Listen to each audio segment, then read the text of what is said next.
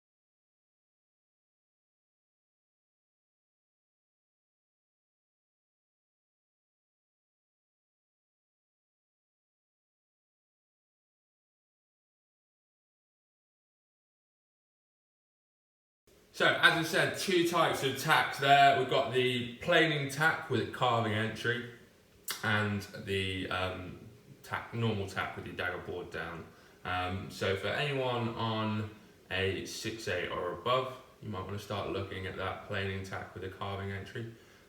It's something that you're going to use when you're planing upwind with your dagger board up and your marsh track in the middle in that sort of 17 plus wind range, and anyone underneath a 6/8 probably just want to stick with practicing your dagger board down tack. There's not massive differences between the two. As you saw in the video there, a lot of the basic principles are the same. In particular, your footsteps, your hand movements, and your exit of your tack. The only main differences really is just something that you do slightly differently on the entry so that you can allow the board to carve up into wind and keep as much speed as possible with that carve. So not huge amounts of differences. And we're gonna use the ghost rig again, the combination of the ghost rig, and then we're gonna cut those videos up into just some key points, and hopefully just break the tack down a little bit. What I want to make clear before I do that though, is that often what I see in training is we break skills down a lot, which is brilliant. It's a really good way of learning pockets of information and remembering those. But what's really important is that you're able to bring those together again and make it one fluid movement, because that's essentially what a tack is. It needs to be a flowing movement rather than lots of individual steps. So we'll break it down into those steps and then we'll pull it all back together again. And like I say, that pulling back together again at the end is really important and often something that's a little bit missed. So we'll jump on to the simulator, the ghost rig, and have a little look.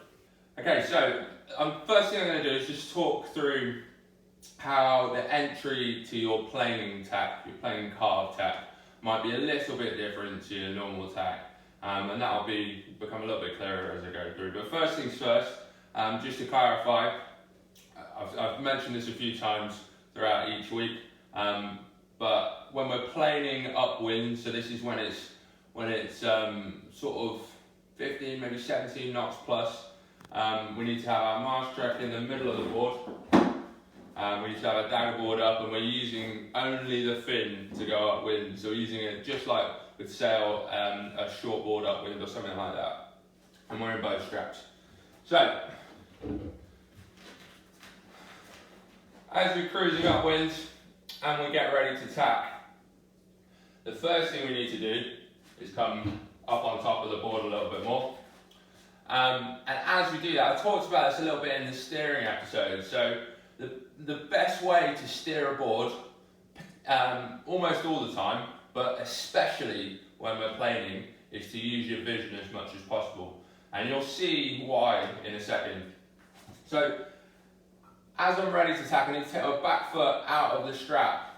And then I might want to think about moving my front hand forwards and look where I want to go. Now you see, as soon as I look where I want to go, that rig sheets out ever so slightly, my weight goes onto my back foot, and that'll mean that the board will start to carve up into wind, okay? Where it goes onto my back foot and onto my heels. And what's really important about that is that I just release some of that power by sheeting out ever so slightly and leaning the rig back. The reason I need to release some of that power a little bit is so that as I carve into wind quickly, my rig doesn't stall. Okay, so just releasing that power ever so slightly is really important. We use our vision, we drop our weight low onto our heels, and the board will start to carve up into wind. Okay, so that's the entrance to planing tack. Here's just a little video of Nick where you'll see, and the few things I want you to look for is just that little sheet out he does to allow the board to carve, and his vision that helps him carve through the tack.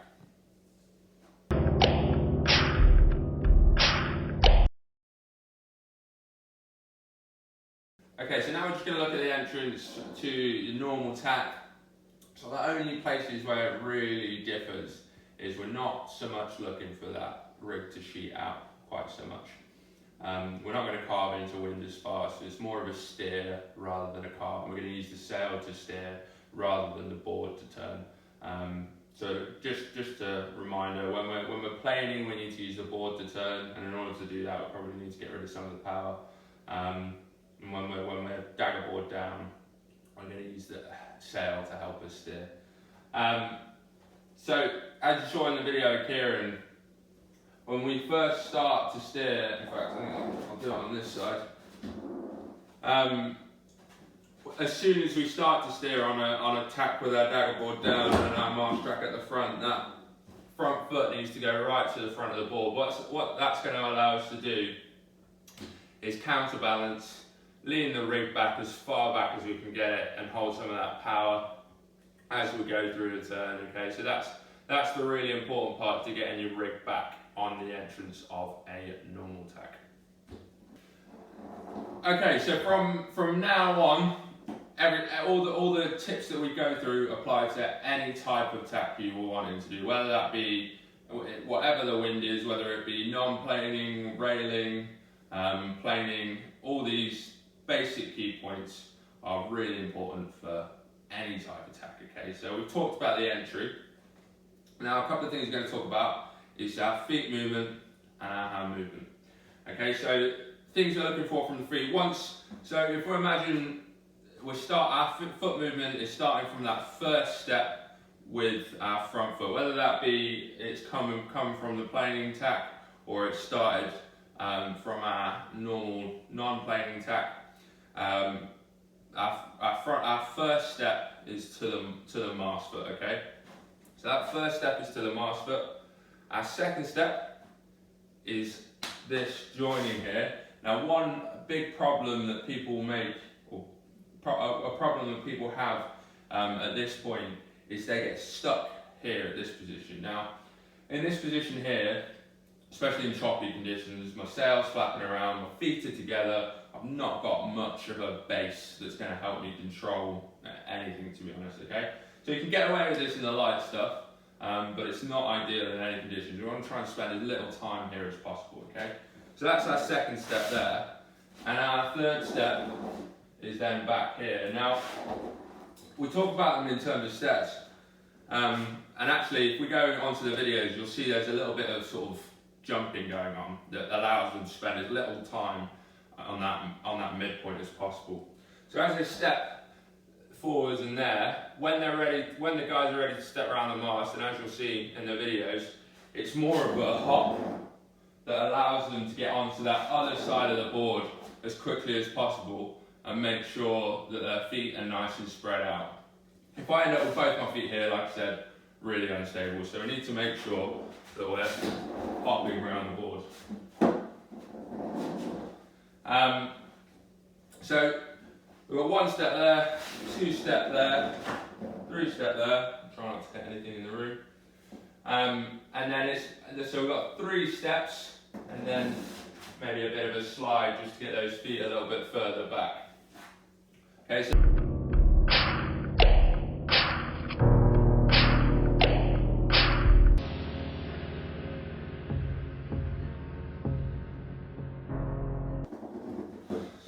hand movements. We need to move that front hand forwards as we go into the turn. As we get to our second step, we're going to cross a hand over the top, which is really important, not underneath, over the top. And then when we step back, we're going to pull that rig through and forwards with our new front hand. Now, this is something that is really important, particularly on big rigs, that's going to help you get towards the back of the board much quicker and accelerate out your tacks a lot quicker. So after we put that new hand over the top, one thing that people often miss is they then don't use this hand much and they just try and step back and then bring the rig forwards.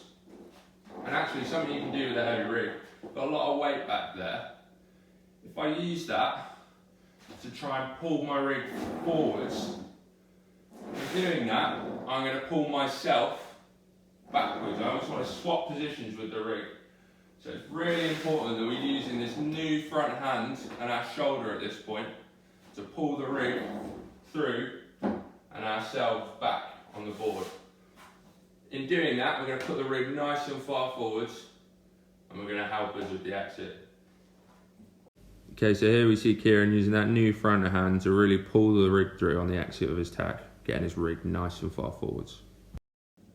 Okay, now the final part of our tack, the exit of our tack, is one of those areas that I was talking about where we often break it into steps, and it needs to be one fluid movement. So quite often what I see on the exit attacks is people bring their weight back a little bit, and then put their rig forwards, they then pop their cams if you've got a cam sail, they then drop and push.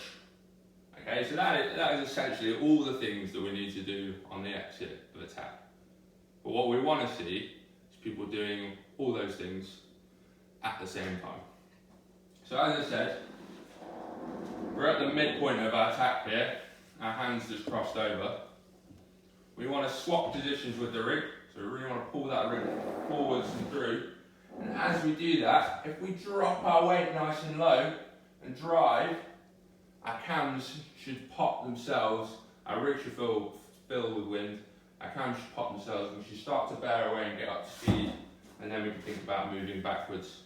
But like I said, if we separate those all up by popping our cams, then moving backwards, and getting ready to go, problem is we're going to waste some time on that exit and really reduce our acceleration speed. So that's really important, that exit all goes as one movement. So as you can see, as Kieran goes to bear away on the exit of this tack, moving backwards, dropping low, popping the cams and bearing away is all one movement to drive the board back up to speed on the exit. I'm just going to highlight which parts, I'm just going to highlight a few key points from each section of the tack. So I've talked about the entrance, and we'll leave that because those are different depending on the tack you do. Now the midpoint, the really important point about the midpoint is that our feet are swapping positions. We're not spending too much time with our feet together in the midpoint. So as soon as that new foot comes there, our old foot needs to get back onto the other side of the board, and our hand needs to cross over. Important point about the hands in the midpoint, or midpoint towards the exit, is that we're using our new front hand to swap places with the rig and pull ourselves backwards on the board while pulling our rig forwards. And now the key point for the exit is that as we pull that rig forwards, we drop and drive, which is hopefully going to allow the sail to fill with wind, pop the cams at the same time as those driving away on the exit, building the speed up and making that movement in the exit all one fluid movement rather than popping the cams, moving back, dropping and driving. That all needs to happen at the same time. Cool. Okay, so as I said at the start, we're just going to go back through what the whole picture should look like. We've just broken it down. Now we're going to have a look at what it should look like as a whole. So things you're going to look out for on Kieran's tack are the counterbalance he uses on the entry, the slight oversheet that's going to help him get through the wind, the hopping around the mast, not spending too much time in the midsection, and that one fluid drop and drive on the exit that's going to pop the cams, bear him away and accelerate.